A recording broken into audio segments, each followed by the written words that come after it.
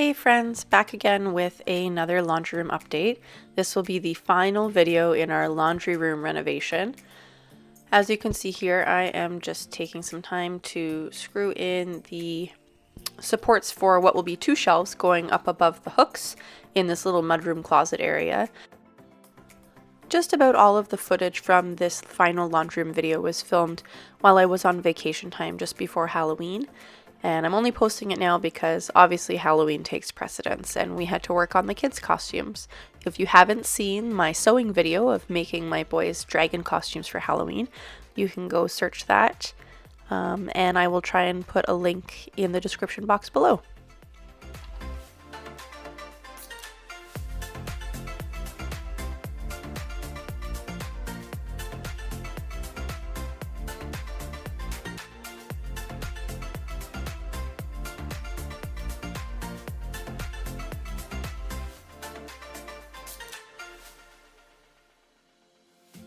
I'm working on painting the pine 1x3s with a bullseye primer.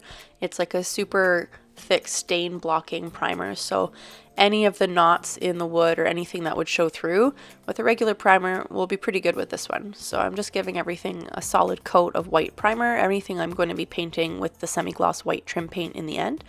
The beadboard doesn't need primer. Because it's pre-primed, it's good to go, so eventually I'll just put a solid coat of the white trim paint on there.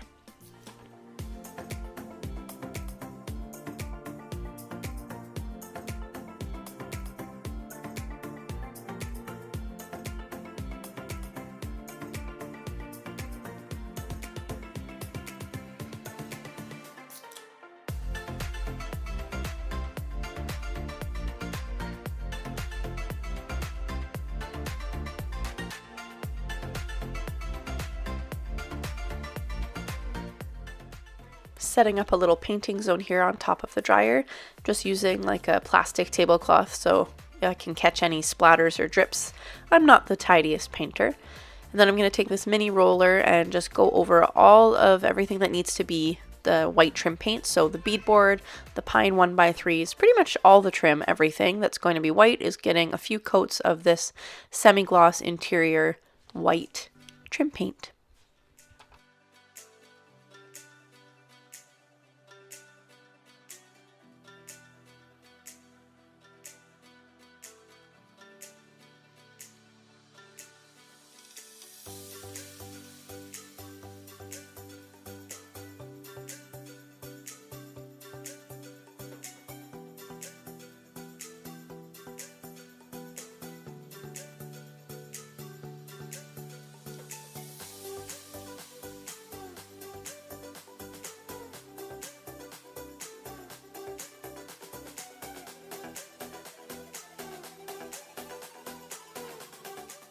I'm on to using a wood conditioner for the top of the bench as it's going to get a coat or two of an espresso stain. And because it's a softwood, it's just like a nice pine board from the hardware store, I decided it would be a good idea to use the conditioner first to help the stain kind of absorb evenly. So after the conditioner has dried, you go over it with a sanding block with just fine grit sandpaper and then make sure everything's wiped off really well before you go in with your stain.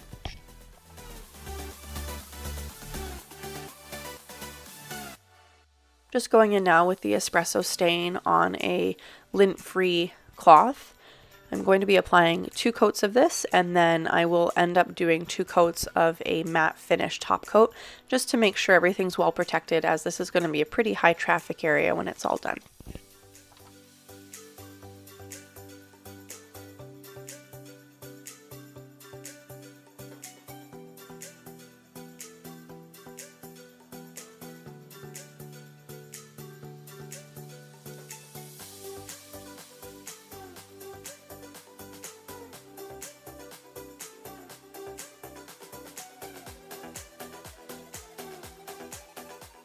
Going in now with what I thought was the correct wall color on my mini roller, especially because I just have these 2 small areas to paint.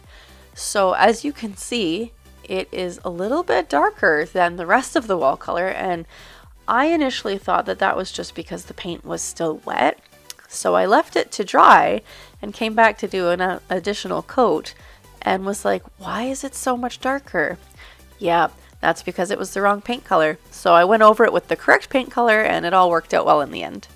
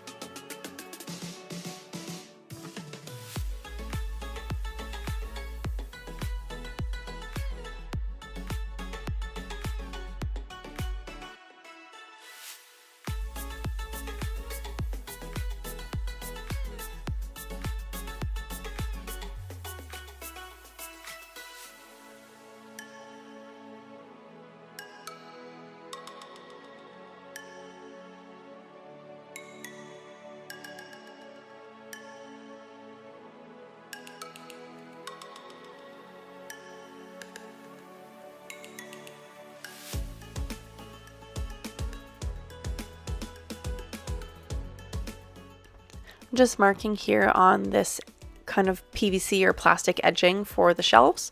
So I just measured the length of the shelves and cut out the same amount of this edging, and then you just kind of snap it right on top, and because the shelves are nailed down into place, that edging's not going to go anywhere. And I'm putting in a couple more pieces of quarter round. These are the pieces that I can manage to do. Peter's going to go and cut out kind of like on a curve the other ends of the quarter round so that it all matches together really well. So there's 4 pieces that he has left to do, and then the casing of that wooden beam at the top.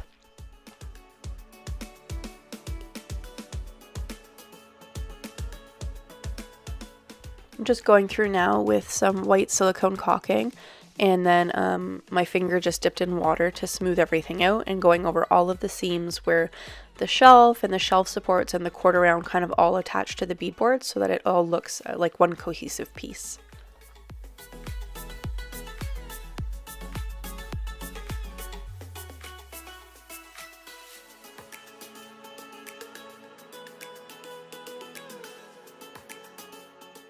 I'm measuring here for our 3 hooks that I'm going to be putting in.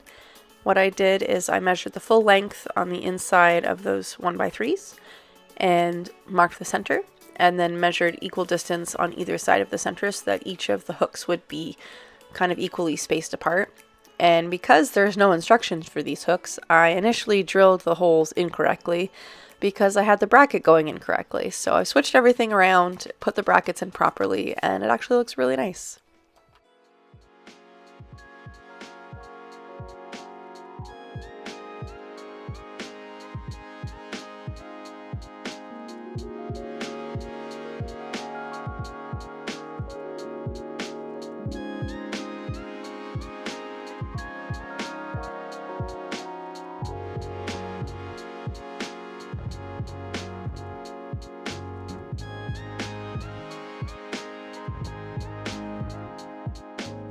Just going over the bench now with that matte finish Varathane crystal clear top coat.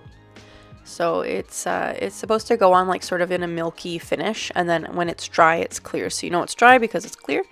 And then you want to do a second coat within 2 to 3 hours. If you wait longer than 24 hours, they recommend sanding it down. It's good to go after about 2 to 3 days, and then that's good for like light use. After 1 full week, it's maximally cured, so you can use it as you wish.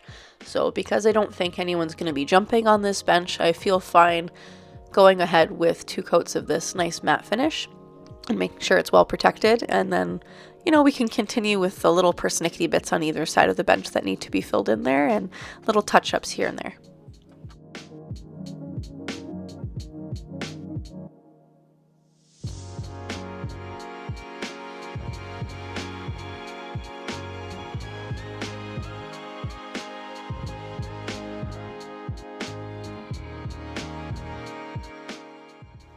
Well, friends, we did it. It's been 5 videos, but finally, this laundry room is almost complete. There's still a few little persnickety things that have to happen, like the edges of the bench need to be tidied up in the trim, and I need to do some touch-ups with the painting, and by I need to do them, I mean probably my husband will do them. Otherwise, putting in some tile on the floor where we ended up ripping out the walls of the old closet. That'll happen at some point. We have the tile, we just need the time to do it. The goal was to have it done this past weekend, but kiddo had other plans. That's just how it goes sometimes.